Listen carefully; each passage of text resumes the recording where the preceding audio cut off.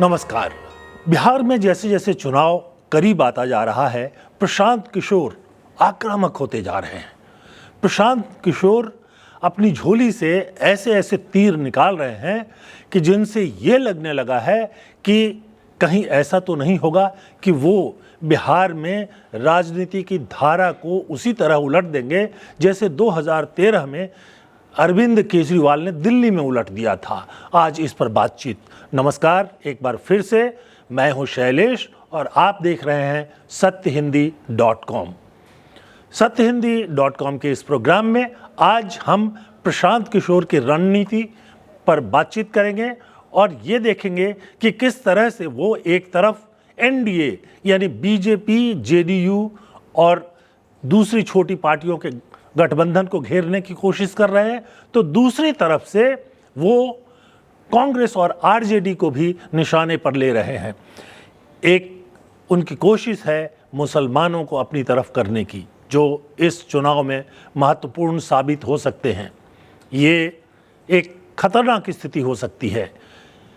और दूसरी तरफ उनकी कोशिश जो है ईबीसी, महिला और अति दलित को भी अपनी तरफ खींचने की है। क्या है वो फॉर्मूला, आज इसी पर गौर करने की कोशिश हम करेंगे। जो राजनीतिक टिप्पणीकार हैं या बिहार की राजनीति को समझने वाले लोग हैं और जो प्रशांत किशोर की रणनीति पर उनका जो चाल है, शतरंज के खेल में जो उनका चाल है, उस पर नज़र रख रहे हैं, उनका कहना है कि प्रशांत किशोर किसी न किसी रूप में धीरे धीरे जनसंख्या के आधार पर टिकट बांटने की तैयारी कर रहे हैं। बात सीधी सी है। बहुत पहले डॉक्टर राम मनोहर लोहिया ने एक नारा दिया था, जिसकी जितनी आबादी उसका उतना हिस्सा। अब उसी नारे को नए रूप में प्रशांत किशोर भुनाने की कोशिश करेंगे क्या? एक तरह से वो कोशिश कर रहे हैं कि जिस जाति की या जिस समूह की जितनी आबादी है उतनी टिकट दी जाए और इस बंटवारे को वो अमली जामा पहनाने के लिए लगभग सभी क्षेत्रों में ऐसे उम्मीदवारों की खोज कर रहे हैं जिसके चलते कि वो अपनी जीत को सुनिश्चित बनाने की तरफ बढ़ सकते हैं। ये अभी बहुत शुरुआती बात है, लेकिन आपको पता ही है कि पिछले साल बिहार में जाति जनगणना कराया गया था और उसका एक नतीजा भी आ गया। इस नतीजे के आधार पर कई पार्टियां जो हैं बिहार की खास तौर पे जो हैं वो टिकट बंटवारे की तैयारी कर रही है, लेकिन प्रशांत किशोर जो हैं वो सबसे आगे दिखाई दे रहे हैं। एक तो उन्होंने अभी हाल में एक सभा में घोषणा कर दी कि वो अति पिछड़ा वर्ग यानी ईबीसी को 75 सीटें देंगे। 75 उम्मीदवार ईबीसी अति पिछड़ा वर्ग से खड़ा करेंगे। यहाँ ध्यान रखिएगा कि ये ईबीसी जो हैं यही बिहार के वर्तमान मुख्यमंत्री नीतीश कुमार की सबसे बड़ी ताकत हैं, जिसके आधार पर, जिनकी मदद से उन्होंने पूर्व मुख्यमंत्री लालू प्रसाद यादव को चुनौती दी थी और पिछले 20 सालों से सत्ता में बने हुए हैं। इसके बाद प्रशांत किशोर ने ये घोषणा की है कि 2025 में यानी अभी जो अक्टूबर नवंबर में विधानसभा चुनाव होंगे, इसमें वो करीब करीब 40 महिलाओं को टिकट देंगे। इतनी महिलाओं को कोई टिकट नहीं दे रहा है। वो ये भी कह रहे हैं कि 2030 तक वो 70 से 80 महिलाओं को टिकट देने की योजना बना रहे हैं। चलिए, अभी तो इसी विधानसभा की बात कर रहे हैं। हालांकि आबादी के हिसाब से अगर देखें तो सिर्फ 40 टिकट बहुत कम है। 243 विधानसभा सीटें हैं। अगर महिलाओं की आधी आबादी के हिसाब से देखें तो 100 से ज़्यादा टिकट तो मिल ही जाने चाहिए, लेकिन अभी उसकी तैयारी नहीं है। 2029 में जो लोकसभा में पास कर दिया है कि 31% जो हैं वो महिलाओं के लिए सीटें जो हैं लोकसभा की और विधानसभाओं की आरक्षित कर दी जाएंगी। तो उसके हिसाब से अगर देखें तो 80 के करीब पहुंचती है। यानी प्रशांत किशोर जो कह रहे हैं कि 2030 में करेंगे, वो लगभग सभी पार्टियों को करना पड़ेगा। मुसलमानों को भी वो आबादी के हिसाब से टिकट देने की योजना बना रहे हैं और अगर आप देखें बिहार में करीब करीब 16-17% आबादी जो है मुसलमानों की मानी जाती है। ऐसा लग रहा है कि वो 40 सीटें मुसलमानों को दे सकते हैं।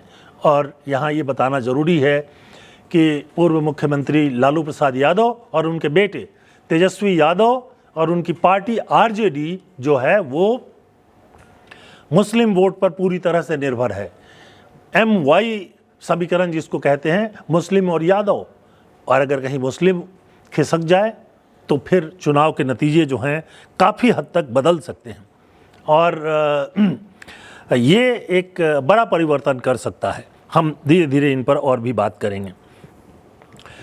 एक और कोशिश उनकी है कि जो अति दलित हैं उनको अपनी तरफ किया जाए।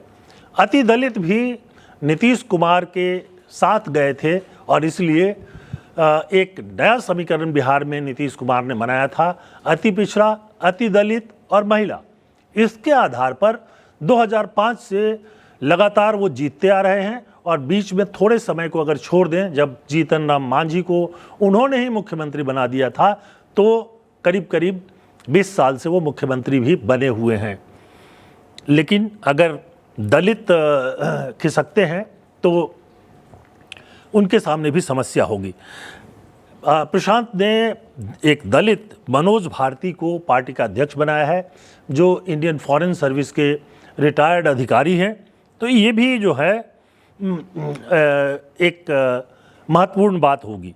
अब देखिए, एक तरफ से आप देखें कि तो ये लगता है कि वो नीतीश कुमार पर निशाना साध रहे हैं, यानी अति पिछड़ा, अति दलित और महिला का जो समीकरण नीतीश ने बनाया है, जिसके बूते पर वो लगातार जीतते रहे हैं और जिसके कारण बिहार में वो अपराजेय माने जाते हैं। और जब उनकी मर्जी हुई वो बीजेपी के साथ गए, बीजेपी को जीत मिली। जब उनकी मर्जी हुई वो आरजेडी के साथ गए, आरजेडी में भी उन के साथ भी उनको जीत मिली और हमेशा वो मुख्यमंत्री बने रहे। लेकिन जो मुसलमानों वाली बात है उससे तो बहुत साफ है कि आरजेडी जो है वो भी निशाने पर है। तो ये जो कहा जा रहा था, जो आरजेडी बार बार कह रही है कि प्रशांत किशोर वोट कटवा हैं, तो ये जो वोट कटवा है ये कहीं एक बड़ा परिवर्तन जो है वो न ला दे। अब इनकी जो नज़र है पढ़े लिखे मुसलमानों पर ख़ास तौर पर है, जो इंटेलेक्चुअल हैं, जो राजनीति से कम बिहार में काफ़ी गायब होने लगे थे और एक बाहुबली मुसलमान जो है राजनीति में आने लगे थे, उसकी जगह पर ये बड़े ही शालीन किस्म के मुसलमानों को आगे लाने की कोशिश कर रहे हैं। अभी कुछ समय पहले ही जो है एक पूर्व राज्य मंत्री मुनाजिर हसन को उन्होंने अपनी पार्टी में शामिल किया।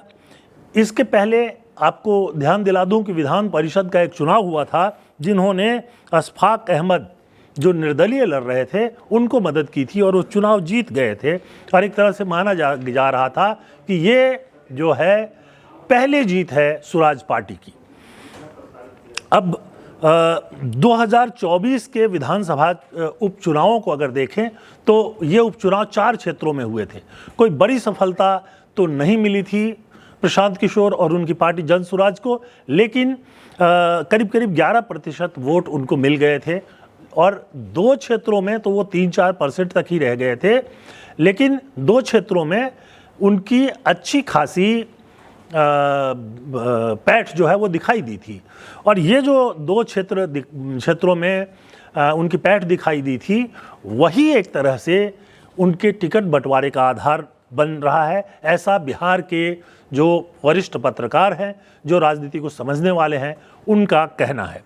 अब अगर 2024 के उपचुनावों को देखें तो इसमें इमामगंज सीट से उन्होंने एक दलित जितेंद्र पासवान को टिकट दिया था।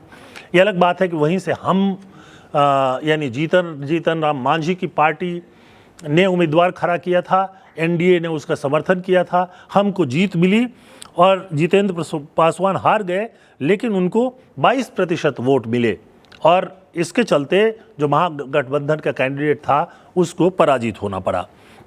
इसी तरह से एक सीट और है वहाँ बेलागंज से मोहम्मद अमजद को टिकट दिया था और उनको भी 17,000 से कुछ ज़्यादा ही वोट मिले थे। ये जन स्वराज पार्टी की बात मैं कर रहा हूँ। तो जब ये इतने वोट मिलने के कारण वहाँ भी स्थिति ये हुई कि जो महागठबंधन का कैंडिडेट था वो हार गया। तो अब ये लेकिन 22% या 17,000 वोट ये कम नहीं होते हैं। इससे एक बात तो ये सामने आती है कि अगर टिकट बंटवारे पर उन्होंने ठीक से ध्यान दिया तो वो चुनौती बन सकते हैं। हालांकि अभी उनको लेकर आशंकाएं हैं। वो कई तरह के काम कर रहे हैं, जिसमें उनका यह है कि 5,000 गाँवों की यात्रा को अब वो पूरा करने जा रहे हैं और उसके साथ साथ करीब 3,000 किलोमीटर तक बिहार में यात्रा को भी वो पूरा करने जा रहे हैं। लेकिन इस बार विधानसभा के चुनाव में जो नज़र रखने वाली बात है वो है कि प्रशांत किशोर क्या करते हैं, कितना ज़्यादा उनका विकास का एजेंडा चलता है। आज के इस प्रोग्राम में बस इतना ही, लेकिन चलते चलते मैं आपको ध्यान दिलाना चाहूँगा कि सत्य हिंदी का ऐप अगर आपने डाउनलोड नहीं किया है तो कृपा करके इसे डाउनलोड कर लीजिए। आपको हमारे प्रोग्राम ज़्यादा बेहतर तरीके से देखने का मौका इससे मिलेगा। आप अपना कमेंट भेजिए और बेल आइकॉन अगर नहीं दबाया है तो उसको दबाइए ताकि आपको हर प्रोग्राम की सूचना मिल सके। तो बहुत बहुत धन्यवाद। नमस्कार।